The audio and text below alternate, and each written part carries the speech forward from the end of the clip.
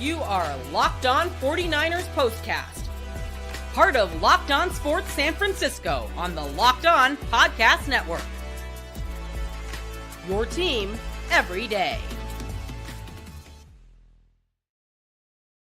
Yo, what's up, everyone, and welcome back to the Locked On 49ers Postcast. I'm your host, Eric Triple E Engel. You may know me as the former producer for the Murph and Mac Morning Show on KMBR. And today, the 49ers special teams, man, they did everything they could to blow this game, missing 3 field goals and a muffed punt that directly led to a Bucs touchdown. But when all the chips were down, Jake Moody squeaked that game-winning field goal just barely inside the right upright, and somehow, some way, the 49ers pulled off the win 23-20 over the Tampa Bay Buccaneers. Brock had a great day throwing the rock, over 300 yards and a couple of touchdowns for Purdy today.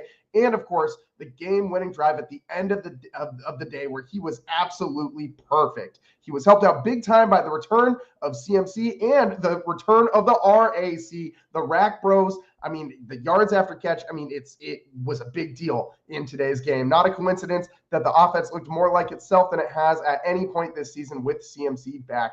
All of the unforced errors, though, especially on the last drive of regulation, the last defensive drive, on special teams, and all of this coming out of a bye week, all of this is extremely concerning to me. We'll break it all down, but first, I want to thank all of you for watching us on the Locked On Sports San Francisco YouTube channel. Please hit that subscribe button if you aren't already subscribed. Thanks also for listening on the Locked On 49ers podcast feed, making us your first listen following these 49ers games. Make sure to listen to the Locked On 49ers Daily Show for more in-depth coverage as your second listen. Brian Peacock does a great job. Today's episode is brought to you by PrizePicks. Go to prizepicks.com/LockedOnNFL and use code all lowercase LockedOnNFL to win $50 instantly when you play $5.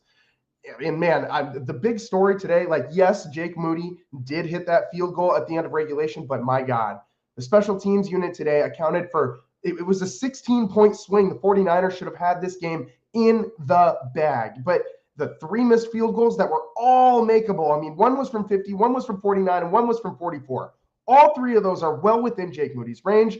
And this looks like last year's Jake Moody. And I don't know if maybe the high ankle sprain is still bothering the guy or what, but this is just inexcusable. You cannot go 2 for 5 on your field goals and expect to continue to win football games, especially when this team is as bad as it is in the red zone. And today you had the George Kittle touchdown pass, which bailed the 49ers out of their otherwise terrible red zone offense day. But Christian McCaffrey did not fix that problem right away. That is concerning to me as well. But sticking with the special teams, man, you had those 3 missed field goals and the muffed punt.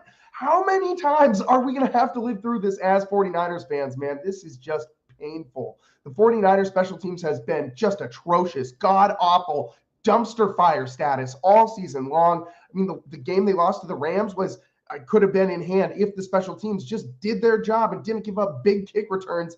That could have been a lot different. They've already had two muffed punts this year, 2 fumbles on punt returns. They're tied for the league.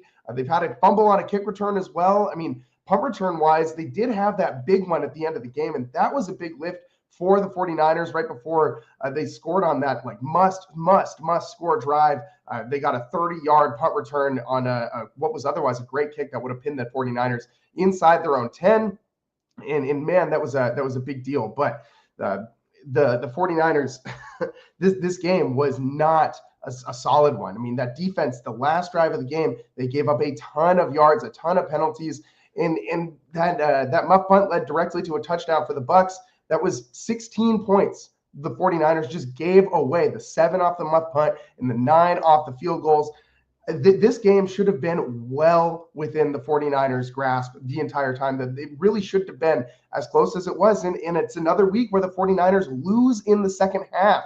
The Tampa Bay Buccaneers beat the 49ers in quarters 3 and 4, 17-13. Thankfully, the 49ers had that first half lead going into halftime, and that was really the difference in this one. Was the work the 49ers did early in this game paid off late in this one. And Brock Purdy, man, 353 yards, a couple of touchdowns, no picks, a 119.3 quarterback rating. And man, this guy was under duress again all day long. After the first drive actually looked pretty good with the pass protection. I was pretty impressed with that early on, and I was thinking, man, maybe the 49ers figured something out in the bye week and are turning a corner in this pass protection after scoring a touchdown on that opening drive.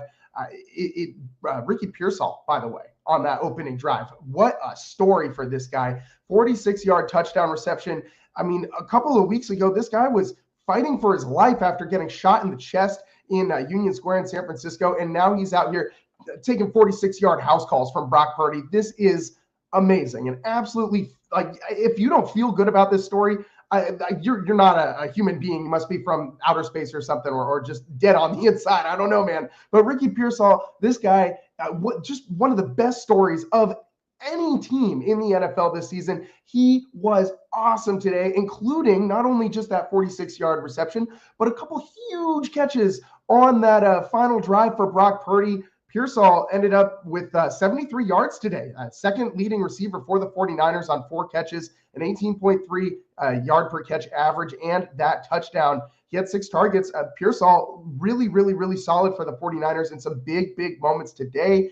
And that's great, because without Brandon Ayuk, you need someone else to step up. With Christian McCaffrey coming back, this 49ers offense looks like itself again. It looks more like itself than it has at any point in time this season. And that was very evident by all the yards after the catch and just what the 49ers were scheming up. That middle of the field, wide open finally this year. Brock's not throwing through just like thread and needles through windows in the middle of the field. I mean, he has Christian McCaffrey back finally, which makes that defense not able to just log jam in the middle of the field. They have to pay attention to CMC coming out of the backfield. They have to give some attention to the flats. They have to give some attention to the line of scrimmage.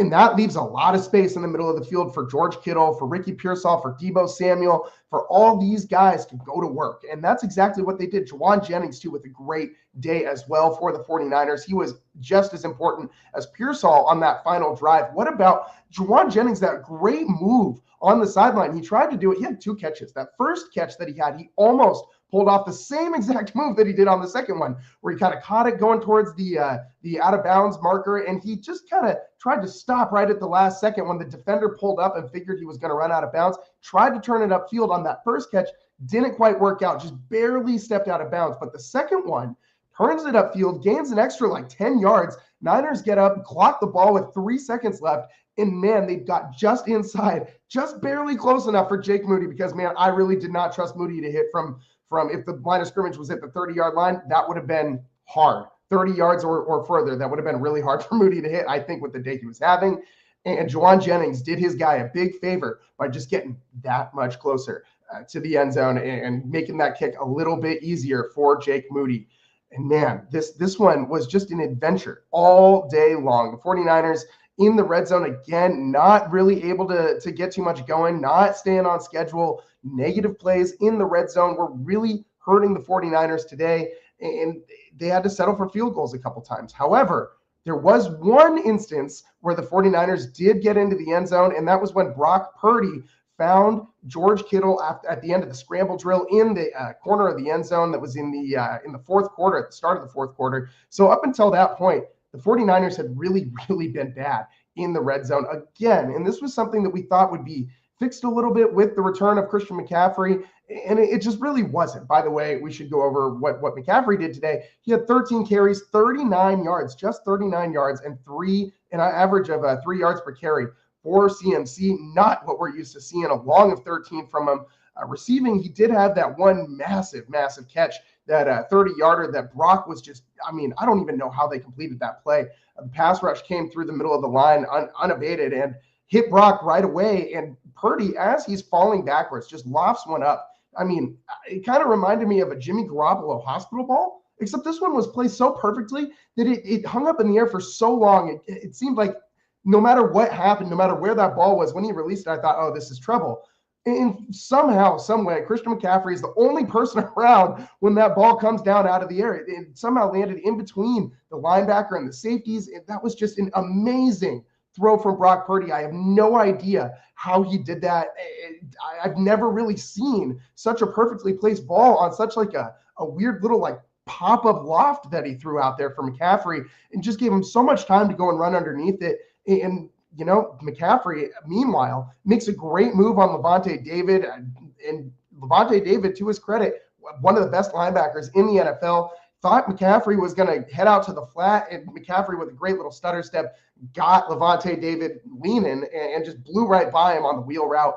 That's what Christian McCaffrey does. You cannot put a value on that. I mean, just those desperation, like, I'm just going to throw it up and my guy needs to go run and get the ball plays. Jordan Mason's not doing that. As great as Jordan Mason was, he's not doing that. There's damn near nobody else in the NFL that can line up in the backfield and do what Christian McCaffrey does. It's incredible what this guy is able to do. And while the stats weren't, eye-popping, he had 68 receiving yards, 39 rushing yards. So, he got up to the 100 total yard mark, which isn't terrible. Didn't get into the end zone today for McCaffrey, but he opened up this offense so much. The gravity that Christian McCaffrey has as a player just creates those open lanes in the middle of the field. And look at all the run after catch plays that the 49ers had. You can attribute almost all of that to Christian McCaffrey. I mean, maybe not the George Kittle one where he just broke 5 tackles, just ran through the entire Buccaneers defense on the way to a 30-yard gain. But man, oh man, it just felt like this 49ers offense had all of these explosive plays just ready to go. And they looked just on schedule today, except for when they were in the red zone and they were unable to gain yards on first and second down. But they really did look a lot better in yards, between their own end zone and the 20-yard line of their opponent. They looked a lot better moving this ball up and down the field. And Brock was, in the beginning of this game, he was missing high a little bit. Tom Brady on the broadcast was calling Brock out for leaving a ball inside on an out route and saying how bad of a throw it was and things like that. And I have been interested in Tom Brady's analysis of Brock Purdy this season so far. I don't think Tom Brady has been the best analyst, but nonetheless, it's still interesting to hear the greatest quarterback of all time. And I know that's blasphemous to a lot of 49ers fans because Joe Montana is a dude, but it's hard to argue with Brady's resume at this point. But when that guy is talking about your quarterback, you kind of want to listen and hear what he has to say. And Brady, I mean, that was really the one criticism he had of Brock. In most of these games, he's gushing about Brock Purdy. I mean, just so elated to talk about how good this young guy is. And today he showed it 353 yards. Brady called it a sneaky 300-yard game for Brock. And that was just because of all the yards after the catch. I mean, Brock was doing a lot more dinking and dunking, hitting guys on short routes over the middle, those timing routes. And it made a big difference in this 49ers offense. It seemed like they kept moving down the field. They just need to figure out how to score in the red zone, man. This is becoming a problem. The 49ers have been really bad at it all season long. And the one score that they had today was a broken play. It was not by design. The 49ers offense in the red zone. What is going on with this team? That's what's next on the Locked On 49ers postcast.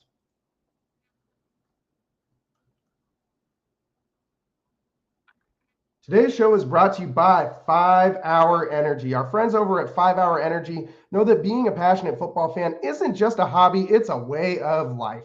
Isn't that true, man? It takes a lot of energy to power through all-day tailgates, touchdown celebrations, or an agonizing second overtime, which is why they've created the Stand the Fan 5 Hour Energy Shot with a special flavor called Fan Fuel, the energy shot made just for super fans like you, the fans who are in the parking lot and who are the last to leave. We see you. You know what else gave me a bit of 49ers fan fuel this week? Well, we already talked about it. That first moment of Ricky Pearsall's NFL career, that first super notable moment, the touchdown catch, the 46-yard touchdown reception. I mean, wow, this guy was shot in the chest just a few weeks ago, and now he's taken 46-yard dimes from Brock to the house. It's an absolutely electric moment from today's game. 5 Hour Energy knows no matter what team you root for, being a fan requires heart, soul, and a whole lot of energy. Whether you're prepping for today's big tailgate or ironing your jersey, your game day to-do list is always a mile long. That's why the limited edition Stand the Fan 5 Hour Energy Shot is here to help keep you fueled throughout the season.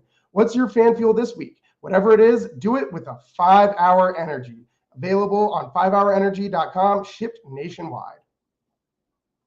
Today's show is also brought to you by PrizePicks. PrizePicks is America's #1 daily fantasy sports app with over 10 million active members. PrizePicks is the easiest and most exciting way to play daily fantasy sports. And unlike other apps, On PrizePicks, it's just you against the numbers. All you do is pick more or less on 2 to 6 player stat projections and watch the winnings roll in. You can now win up to 100 times your money on PrizePicks with as little as 4 correct picks.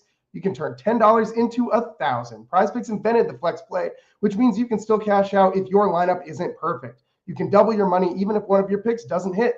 Download the app today and use code LOCKEDONNFL to get $50 instantly after you play your first $5 lineup. Again, download the PrizePicks app today and use code LOCKEDONNFL to get $50 instantly after you play your first $5 lineup. PrizePicks, run your game.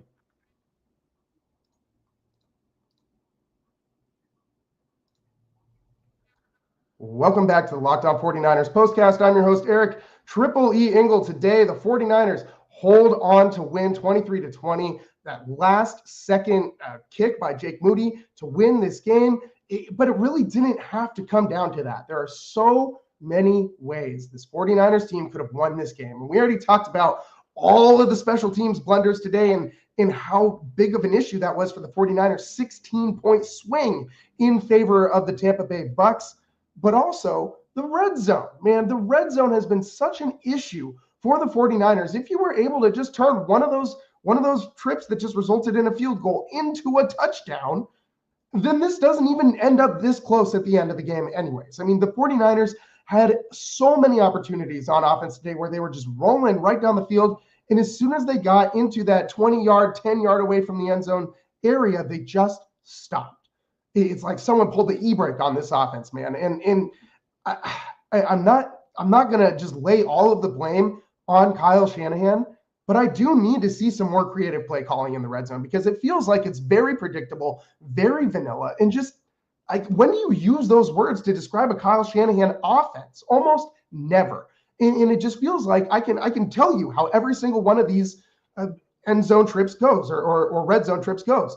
First down is a run, but is usually stuffed after like a 1, maybe a 2-yard gain. Then the 49ers throw the ball on second down, and it's almost always a throw into the end zone that's an incompletion. It's never an underneath throw to just gain some yards. It's a throw into the end zone or past the first down marker if they can still get that first down without scoring.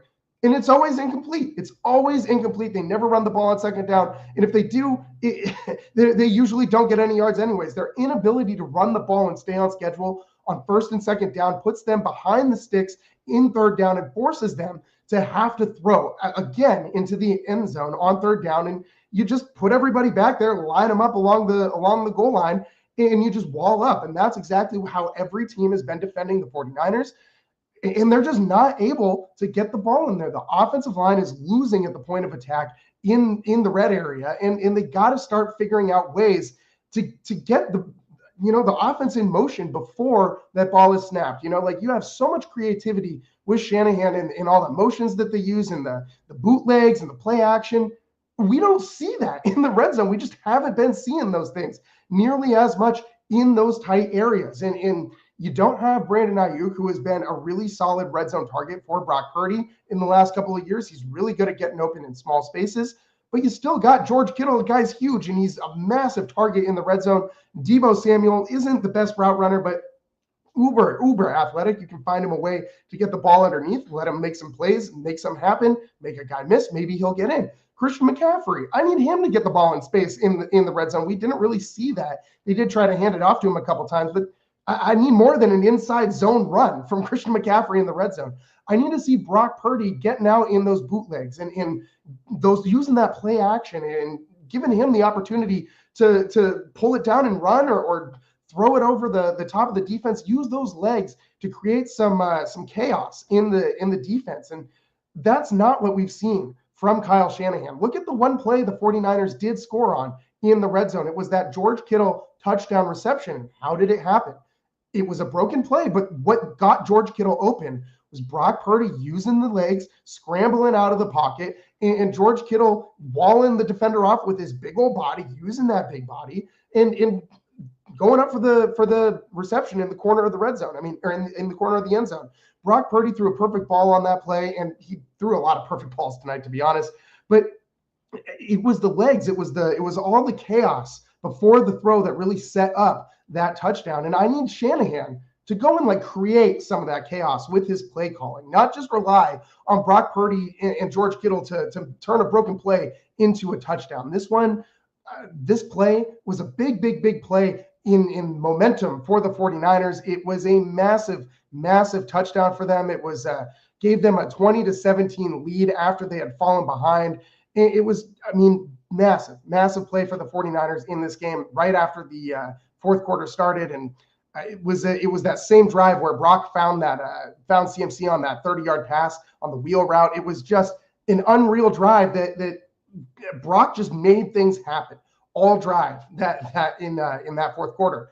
And he really stepped up and showed you that he is probably the most steady guy on this team right now. I mean, Christian McCaffrey has missed so much time. Maybe Fred Warner would have something to say about that. But Brock Purdy, without him, you lose this game. Without Brock on that final drive, the Niners don't go down and kick that field goal. Without Brock on this touchdown drive to George Kittle, where he engineered it with that 30-yard pass to Christian McCaffrey and finding George Kittle in the back corner of the end zone for that touchdown after the scramble drill. I mean, it's by the way, 7th touchdown of the year for Kittle, second most in the NFL for touchdown receptions. And it gave the 49ers a 3-point lead there in the fourth quarter. Without Brock, you lose this game, flat out lose this game. And especially after Brock Purdy does that, the defense later in that quarter goes down and just, penalty after penalty after penalty. We talked a lot about the special teams blunders, and I'm very concerned about those because I don't know how those get better. Maybe Jake Moody's ankle gets better. Maybe it's still not 100%. Maybe he needs to just heal up. But the 49ers special teams, it's not just missed field goals. That was happening last year too, though, with Moody, if you remember that. But it's the kick returns. It's the punt returns. It's everything. It's the kick coverage and the punt coverage, although those were better today. The Buccaneers, got a gift with that muffed punt and with those 3 missed field goals. Those are very concerning things to me. The other thing I'm concerned about is this defense, man. This defense looked gassed going down at the end of the game. Tons of unforced errors on this defense. The Bucs probably shouldn't have even been able to kick that final field goal to make this tied and force Brock Purdy to go down and engineer a game-winning field goal drive as time expired. But let's get into that. On the other side, man, the defense in this final drive that they had of regulation, I'm very concerned about this team in 2 of the 3 big phases of the game. I'm fine with them on offense, but special teams and defense right now, we got problems. We got big problems. Let's get into that on the other side next on the Locked On 49ers postcast.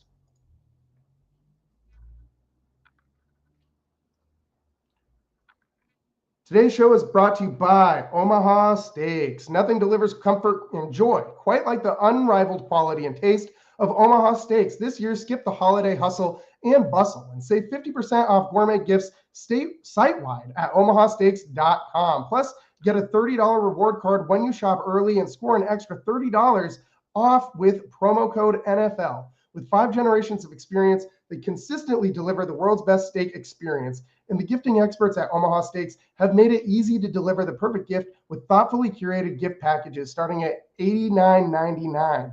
From legendary steaks to mouth-watering desserts and more, save 50% off statewide at omahasteaks.com. Plus, our listeners get an extra $30 off with promo code NFL and a $30 reward code when you shop early. That's 50% off at omahasteaks.com and an extra $30 off with promo code NFL. Minimum purchase may apply.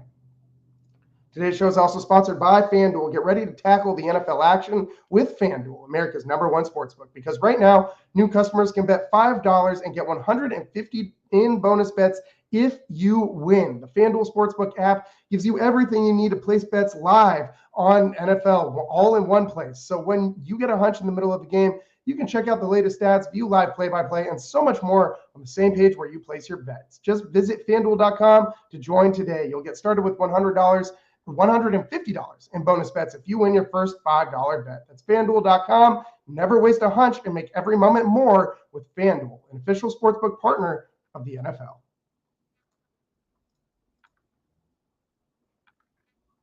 Welcome back to the Locked On 49ers postcast. I'm your host, Eric Triple E. Engel. The Niners barely pulled one out, 23-20 win over the Tampa Bay Bucks. Just taking a peek at the chat, and we got Santa Clara fella saying Purdy MVP. That second touchdown was Joe Montana. Like, I mean, finding the big old tight end in the corner of the end zone after scrambling and breaking the pocket. I think we've all seen a play or two like that from Joe Montana before. Shout out, Clark and Joe Montana catching and yeah, we know the catch. Oh man, what a candlestick history, man. It's just so full of lore, and I'm so grateful that I got to go see a few games there before they moved down to Levi's, and Levi's is growing on me a little bit. It's taking some time, but oh man, it's just not the same heart and soul that we had at Candlestick. But hey, the 49ers do like playing there. They'll be home next week playing against the Seahawks, and that's going to be a very, very important game for the 49ers with this logjam in the NFC West. It's not. I'm not going to say it's a must-win game, but man, right now it kind of feels like all of these games are must-win games for the 49ers. They're going to have an opportunity to win this division all the way up till the end of the year, even if they slip a little bit. So they'll have some cushion. This division is not as good as it has been in past years.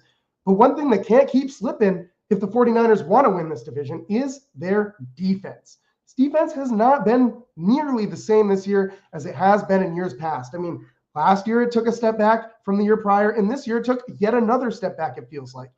And I can't, every game I watch, I can't help but think how much they are missing Dre Greenlaw. I mean, these running backs and these tight ends today really gave the 49ers some work. I mean, Bucky Irving, 73 yards on the ground. Rachaad White, 31 yards on the ground. In total, the Bucs had 110 rush yards. Cade Otton seemed like this guy was catching everything. The leading receivers for the Bucs, all the three leading receivers, running back, tight end, running back. To me, that says that the 49ers linebacking core, despite having Fred Warner, is the weakest point on this team right now. And you got a lot of Campbell made a nice play today in early on to force the Bucs to kick a field goal in the red zone. That was solid. Other than that, though, this guy is constantly slow, constantly out of position.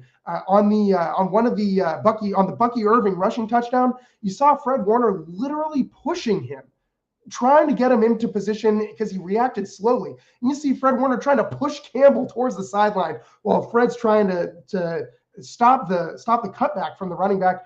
And Campbell ends up over pursuing to the sideline, opens up a cutback lane for Bucky Irving, which he took all the way into the end zone. Campbell's been a problem at linebacker. Without Dre Greenlaw, this has been a rough go for the 49ers run defense. It's been a rough go for their pass defense in those short yardage situations. They rely a lot on these linebackers, on Fred Warner and Dre Greenlaw, to play great pass coverage, and they do. But it's really hard to expect a backup to come in and do the same thing that those two guys can do. And the 49ers corners love to play back, right? So you put a lot of pressure on those linebackers playing closer to the line of scrimmage to cover those linebackers or those tight ends and those running backs out of the backfield. It's not working. It's just flat out not working right now. Fred Warner is still doing Fred Warner things. It's not his fault at all. But you got to find somebody to pair next to him that can play the same way that the 49ers want to play. Like, you have to have a guy who can drop back into pass coverage and also tackle and defend the run, get sideline to sideline and keep that edge contained. It's a lot to ask of one single linebacker. I get it. But there's nobody on this team right now that can fill that Dre Greenlaw void. Good news on that front, however. This last week in practice, we did see Dre Greenlaw getting some sprints in off to the side. We haven't seen him doing that much yet, so that is a good sign. Maybe next week we start to see Greenlaw come back and return to some practice in a limited fashion. That would be a huge lift for this 49ers team.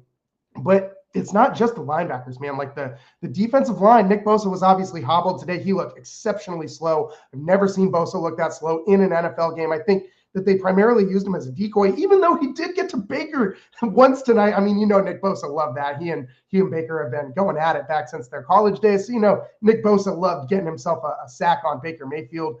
And it was, but really, the 49ers defense on that last drive hurt themselves over and over and over and over again with penalties and just miscues and allowing Baker Mayfield to complete that fourth down pass. And you also had some penalties to continue the Bucs moving down the field. It wasn't just that one fourth down, but man, the 49ers just couldn't get off the field on that last drive. and I need them to figure out how to stand tall when it matters. Thankfully, they didn't let the Bucs get all the way into the end zone, but man, it took a goal line stand to stop and win this game. Without that, if the 49ers had just let the Bucs score there, they lose this game probably. And Baker Mayfield, he's dangerous this year. I mean, I know he only had 116 yards today and the one touchdown, but he really didn't look that bad. I mean, he was 18 for 29. That was like the best looking 116-yard pass game I've ever seen from an NFL quarterback. He's operating out there with virtually like no receivers. His wide receivers combined for 28 yards today.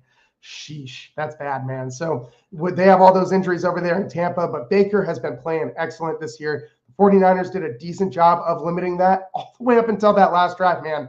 And then those penalties. They've had games this year where penalties have been a problem. And that coming off of a bye week, it's very confusing to me. I need this team to start playing some more disciplined football. And I need Dre Greenlaw to come back. Really need Dre Greenlaw to come back and help out this 49ers defense. I think if you can just play more disciplined football and the return of Dre Greenlaw, those two things alone will help shore up this 49ers defense. As for special teams, I don't have any answers, man. My guess is as good as yours. I mean, Jake Moody, figure out how to kick a field goal, man. Please, for the love of God, no more 3 missed field goal games. I don't know how you win a football game where you miss 3 field goals. That's absurd. No more muffed punts. If the 49ers can just, maybe only miss 1 field goal a game, which you're still allowing yourself a miss, that'd be pretty solid. That'd be a big step up. And if you can just not muff any more punts, I don't even care if you just fair catch everything for the rest of the year. That would be a big step up for this 49ers special teams unit. But a lot of work to do on both of those sides, both those aspects of the game. 49ers special teams unit has been, in my opinion, the single most frustrating unit in all of football for the last couple seasons, and it continues this year. It is just a never-ending journey to figuring out how to have a successful special teams unit on this 49ers team. I got to get out of here, man. My voice is dying. I got to get a cough drop. I've been battling this head cold for like the last week, and I am out of gas. So were the Buccaneers at the end of this one. The 49ers hold on to win 23-20. Brock Purdy engineers a game-winning drive, and man, oh man, 49ers got a much-needed win out of the bye. 5-4, now 2-2 away from Levi's, but they return next week to play the Seahawks on Sunday. We'll be coming to you live afterwards, as we always do. Thanks for tuning in. I'm your host, Eric Triple E. Engel. We'll see you next time. Peace.